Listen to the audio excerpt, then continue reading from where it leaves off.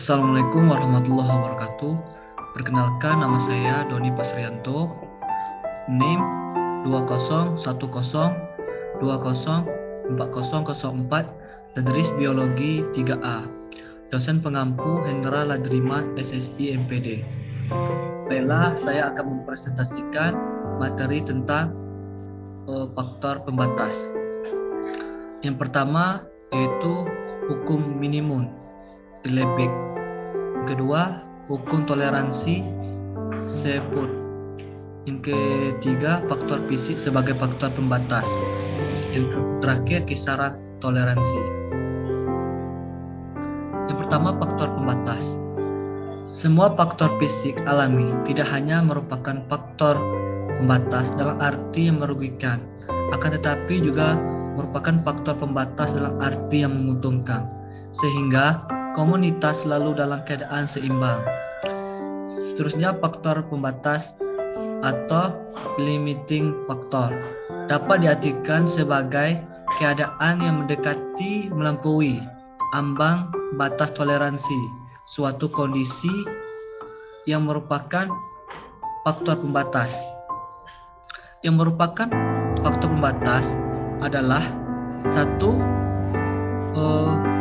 unsur senyawa esensial yang berada dalam keadaan minimum. Selanjutnya, batas toleransi organisme.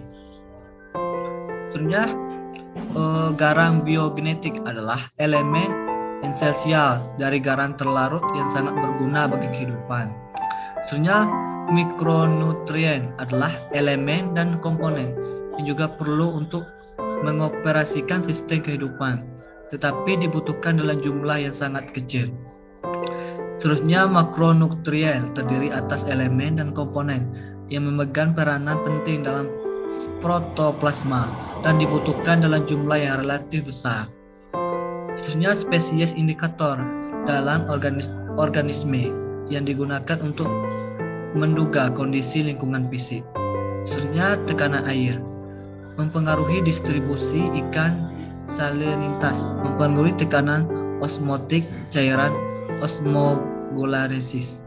Seterusnya, oksigen bersumber dari difusi udara dan fotosintesis. Terakhir, karbon dioksida bersumber dari respirasi pembusukan.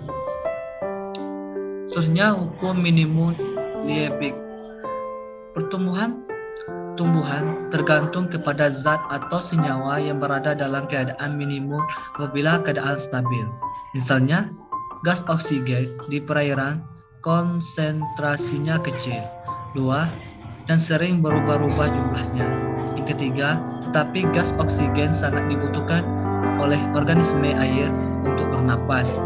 Selanjutnya, sehingga ketersediaan gas oksigen di perairan merupakan faktor pembatas bagi pertumbuhan dan kelangsungan hidup organisme.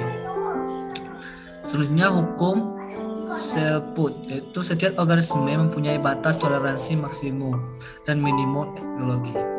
Misalnya, di ekosistem perairan kisaran perubahan suhu kecil saja sehingga organisme air toleransi terhadap perubahan suhu perairan terjadi sempit. Maka suhu perairan merupakan faktor pembatas bagi organisme air. Jika tiba-tiba terjadi perubahan suhu perairan yang besar dan dalam waktu singkat, maka organisme air tidak dapat mentoleransinya. Selanjutnya, faktor fisik sebagai faktor penghambat. 1. Kekurahan warna dan bau, radiasi sinar matahari, arus dan tekanan air, oksigen terlarut, yang terakhir itu suhu.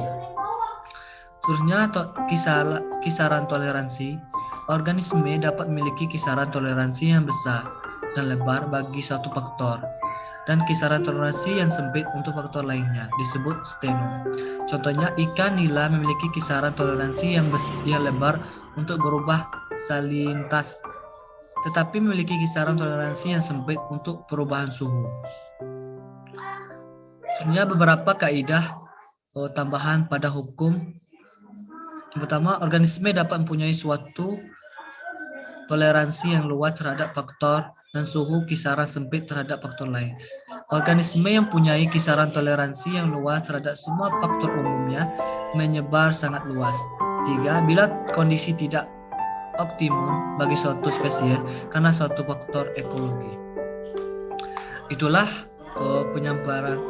pemaparan materi. Kalau ada salah saya mohon maaf.